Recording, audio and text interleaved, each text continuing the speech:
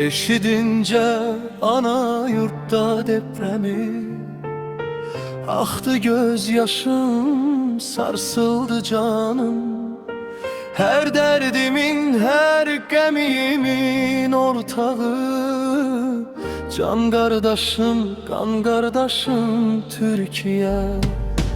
Var mı gaza söyle görümde bunca, seninle biz ki ömür boyunca. Facieni biz uzaktan duyunca, gözlerimden aktı yaşım Türkiye.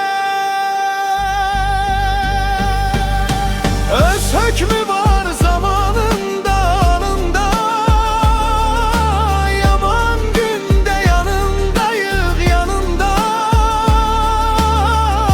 Ana yurdum vetenim sen, sen benim vetenim sen, can kardeşim Türkiye.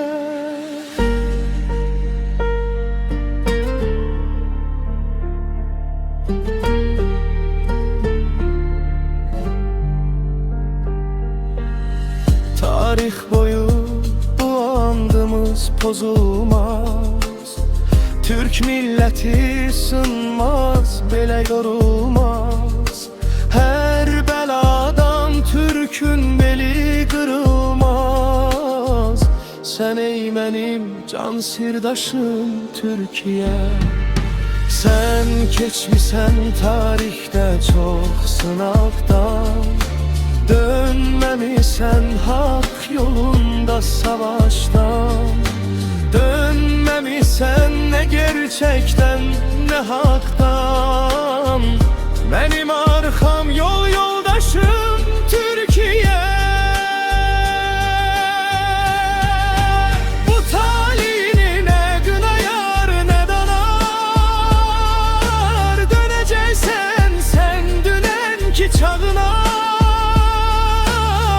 Kurban olum sinendeki o kana. Uca başım, can yoldaşım Türkiye. Can kardeşim, kan kardeşim Türkiye. Uca başım, emeldaşım Türkiye.